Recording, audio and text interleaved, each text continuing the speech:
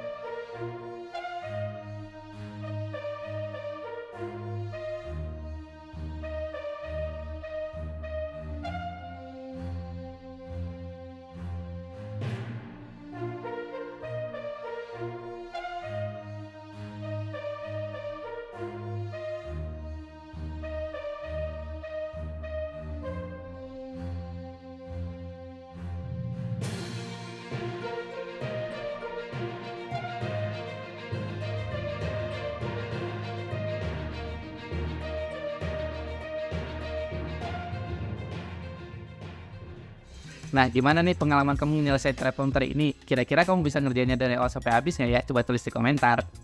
Nah, dan sekarang kita bakal coba masuk ke part 2, yaitu pembahasan tentang teleprompter tadi. Nah, di teks tadi bilang, Milan in Italy wants to ban. Jadi, kota Milan di Italia ini ingin nge-ban. Maksudnya nge-ban di sini adalah melarang. Nah, buat kamu yang main Mobile Legends biasanya tahu nih nge-ban hero ya. Jadi, nge-ban maksudnya di sini itu ngelarang penggunaan sesuatu ya. Nah, di sini dia pengen nge-ban the sale of takeaway food after midnight. The sale itu maksudnya penjualan of takeaway food dari makanan takeaway atau makanan-makanan yang bisa dibawa pulang gitu ya. After midnight, setelah tengah malam. Nah, maksudnya di sini pemerintah Milan itu ngelarang untuk penjualan makanan-makanan takeaway setelah tengah malam gitu. Dan dia bilang, this is to help local residents sleep. Artinya, ini untuk membantu masyarakat sekitar untuk tidur gitu. Nah, jadi kayaknya banyak orang-orang di Milan itu yang komplain ya masalah takeaway food di tengah malam. Nah, dan tadi mereka bilang, many people have complained. Banyak orang yang sudah mengeluh. Jadi, complain itu artinya mengeluh.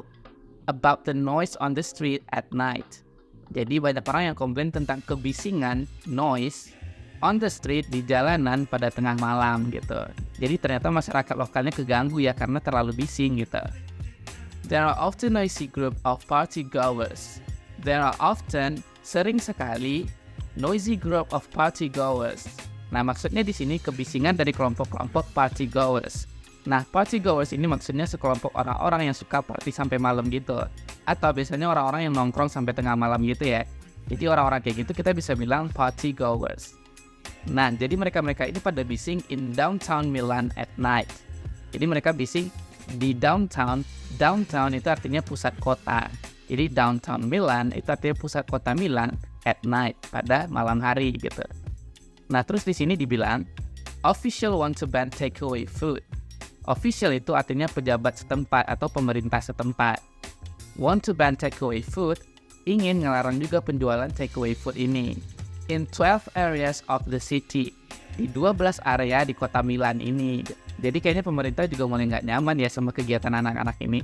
Makanya pemerintah juga turun tangan nih ceritanya.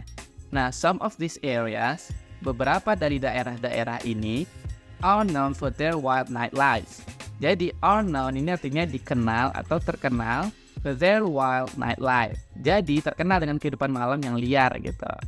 Jadi daerah yang 12 tadi itu, mungkin memang daerah-daerah yang dunia malamnya itu terkenal gitu.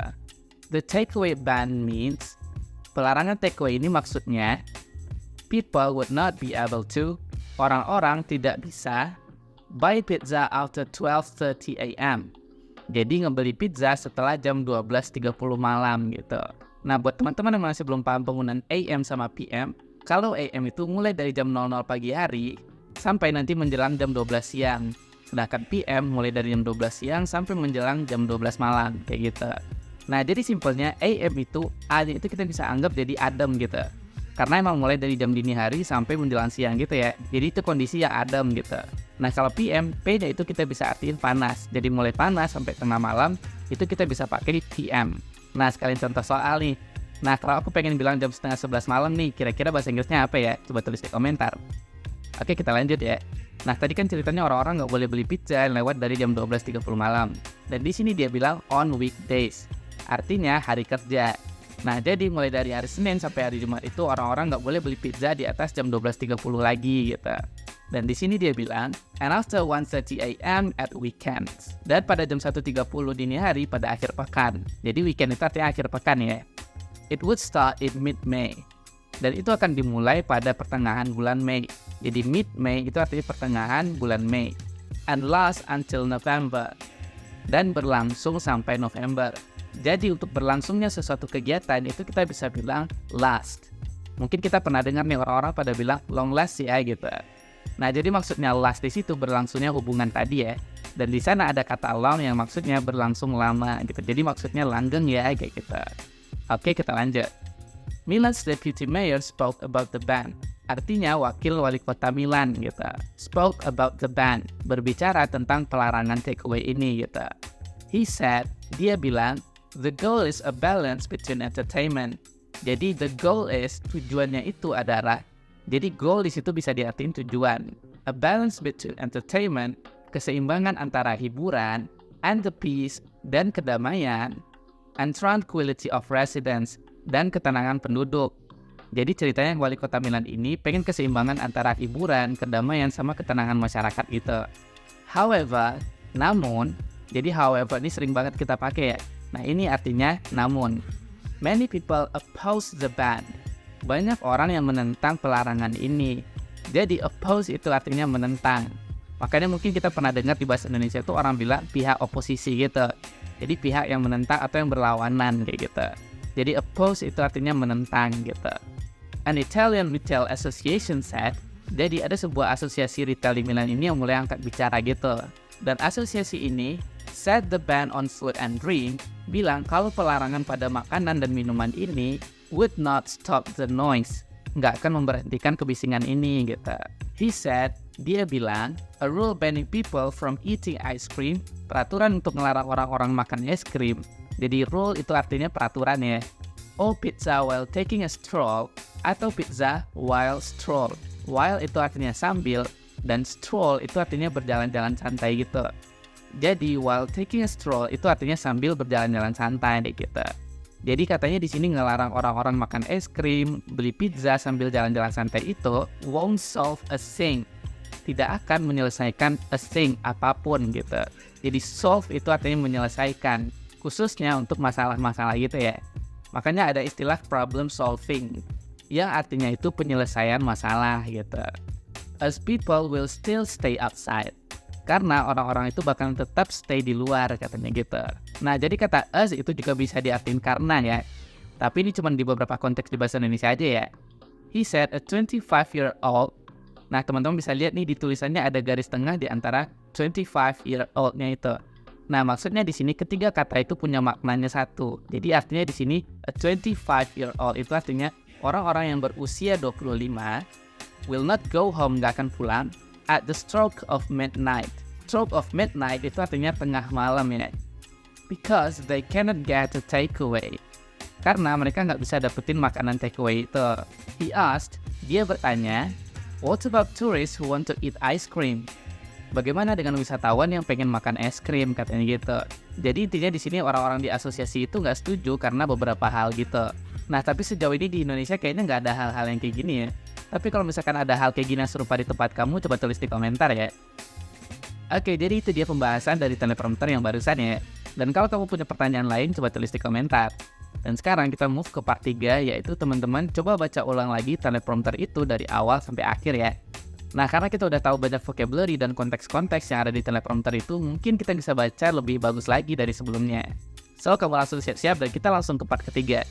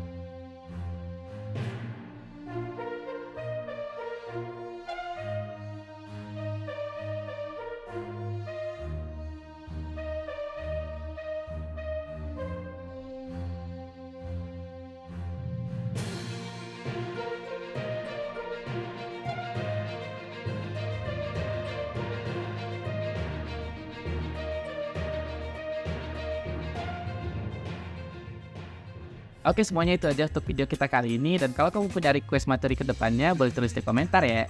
Dan like dan subscribe kalau kamu suka video-video yang kayak gini. Dan terakhir, see you guys in the next video. Bye-bye.